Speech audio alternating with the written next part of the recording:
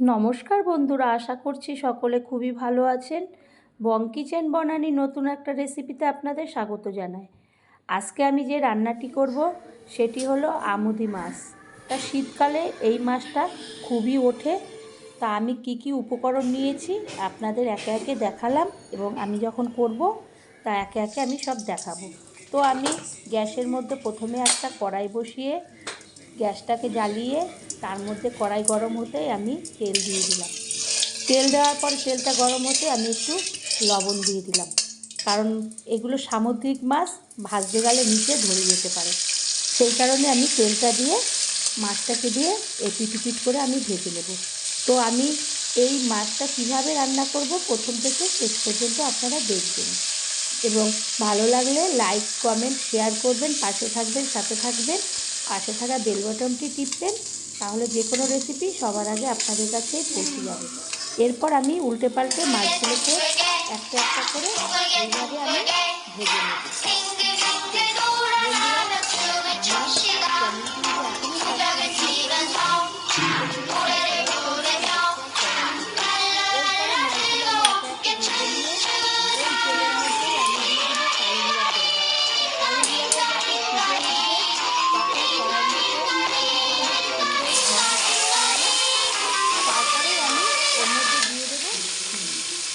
শিমগুলোকে আমি দিয়ে ভালো করে নাড়াচাড়া করে ভেজে নেব। শিমটা সিদ্ধ হতে বেশিক্ষণ সময় লাগে না। তারপরে দিয়ে দেব আমি পেঁয়াজকলি। তো আমি এই মাছটাকে পেঁয়াজকলি আর শিম দিয়ে করব। তো এইভাবে আমি শিম আর পেঁয়াজকলিগুলোকে ভালো করে নাড়াচাড়া করে নেব। এরপরে আমি দিয়ে দেবো হলুদের গুঁড়ো, লঙ্কার গুঁড়ো, লবণ।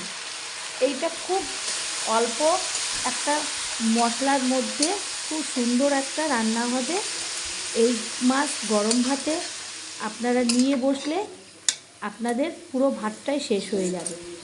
এরপরে আমি দিয়ে দিলাম কাঁচা লঙ্কাগুলোকে ফেলে রেখেছিলাম, সেইগুলোকে দিয়ে দিলাম। তো একে একে সমস্ত কিছু দিয়ে আমি দিয়ে দিলাম লাস্টে টমেটো, কাঁচা টমেটোটা দিয়ে আমি ভালো করে ওটাকে কষিয়ে নেব। কষাতে কষাতে যখন ওটার তেল ছাড়বে কড়াইয়ের গায়ের থেকে, তখন আমি বুঝবো যে আমার এই কষানোটা সম্পূর্ণ হয়েছে। তখন আমি সামান্য একটু জল দেবো, কারণ এটা কোনো ঝোল হবে না, গা মাখা একটা মাছ রান্না হবে। সামুদ্রিক মাছ যেহেতু, তাই একদম গা মাখা করে করব। তাই সামান্য একটু জল দিয়ে আমি ওর মধ্যে দিয়ে দেবো ধনে পাতাটা। এখানে আলু দেইনি, সেই কারণে আমার কোনো সিদ্ধ হওয়ার অত সমস্যা থাকবে না। খুব তাড়াতাড়ি শিম, পেঁয়াজকলি, এগুলো টমেটো সব সিদ্ধ হয়ে যাবে। তো আমি ধনে পাতাটা দিয়ে সমস্ত সবজির মধ্যে ভালো করে মাখিয়ে দেব। এরপরে দিয়ে দেবো পাকা টমেটোটা। ওটা তো একদম নরম থাকে, কাঁচাটা আগে দিয়ে দিয়েছি, আর এটা দিয়ে দিলাম পাকা।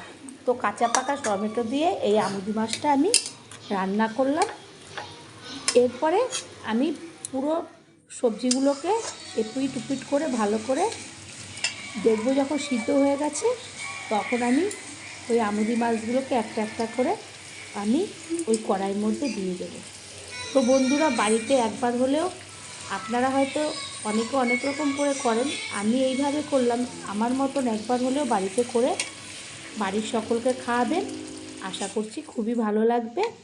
এরপরে আমার দেখলাম যে হয়ে গেছে, মাছগুলো এপিট উপিট করে দিয়ে তখন আমি একটা প্লেটে এই সবজিটাকে আর মাছটাকে সার্ভ করে নেব। তো আমি কিভাবে করলাম একবার হলেও বাড়িতে করবেন, আর ভালো লাগলে লাইক কমেন্ট শেয়ার করবেন, পাশে থাকবেন, সাথে থাকবেন। নতুন বন্ধুকে সাহায্য করার জন্য ধন্যবাদ। আবার কোনো রেসিপিতে দেখা হবে। নমস্কার।